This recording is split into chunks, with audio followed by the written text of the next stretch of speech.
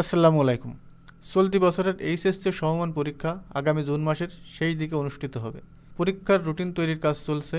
শিগগিরই আনুষ্ঠানিকভাবে এই রুটিন প্রকাশ করা হবে।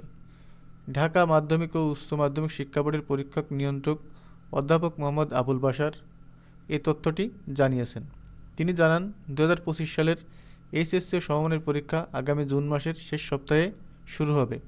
সে লক্ষ্যে সম্ভাব্য রুটিনের খসড়া প্রস্তুতির কাজ চলছে। আশা করছি দ্রুতই পরীক্ষার সম্ভাব্য রুটিন অনুমোদনের জন্য মন্ত্রণালয়ে পাঠানো হবে।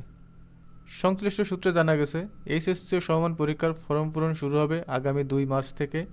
এর আগে 27 ফেব্রুয়ারির মধ্যে এইচএসসি নির্বাচনী পরীক্ষার ফল প্রকাশ করতে হবে। আগে এসএসসি ও সমমান পরীক্ষা ফেব্রুয়ারির শুরুতে এবং এইচএসসির পরীক্ষা এপ্রিলের শুরুতে অনুষ্ঠিত হতো, কিন্তু মহামারী করোনার কারণে 2020 সালের মার্চ থেকে শিক্ষাপুঞ্জি এলোমেলো হয়ে যায়। তবে আস্তে আস্তে দুই পাবলিক পরীক্ষা যথাসময়ে নেওয়ার চেষ্টা করছে সরকার।